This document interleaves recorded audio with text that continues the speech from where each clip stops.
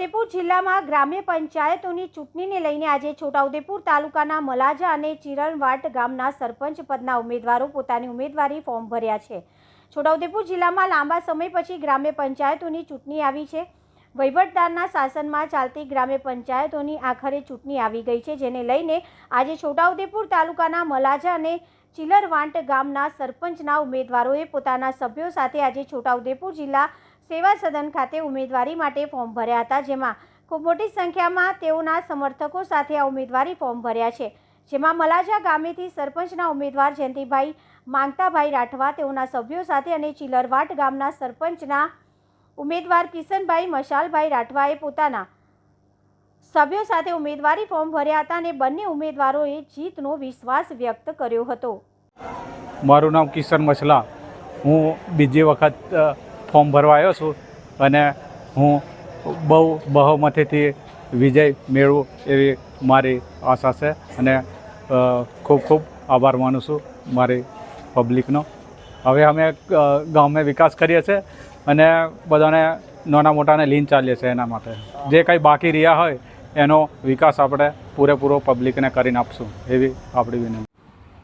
મારું નામ છે જયંતિભાઈ રાઠવા, મંગુભાઈ રાઠવા। અમે આજે અમારે ચૂંટણીના જાહેરનામું પડ્યા એટલે અમારે ફોર્મ ભરવા માટે અમે મલાજા ગામથી, મલાજા પંચાયતથી અમારા ગામ લોકો સાથ સહકાર આપ્યો કે આ ફેરા પણ તમે ઊભા રહો અને અગાઉ પણ ઉમેદવાર કરેલી છે તો બધાને કહેવું એમ છે કે કામગીરી અને બધાનો સહયોગમાં સહભાગીદાર છો તો તમે ઉમેદવારી કરો।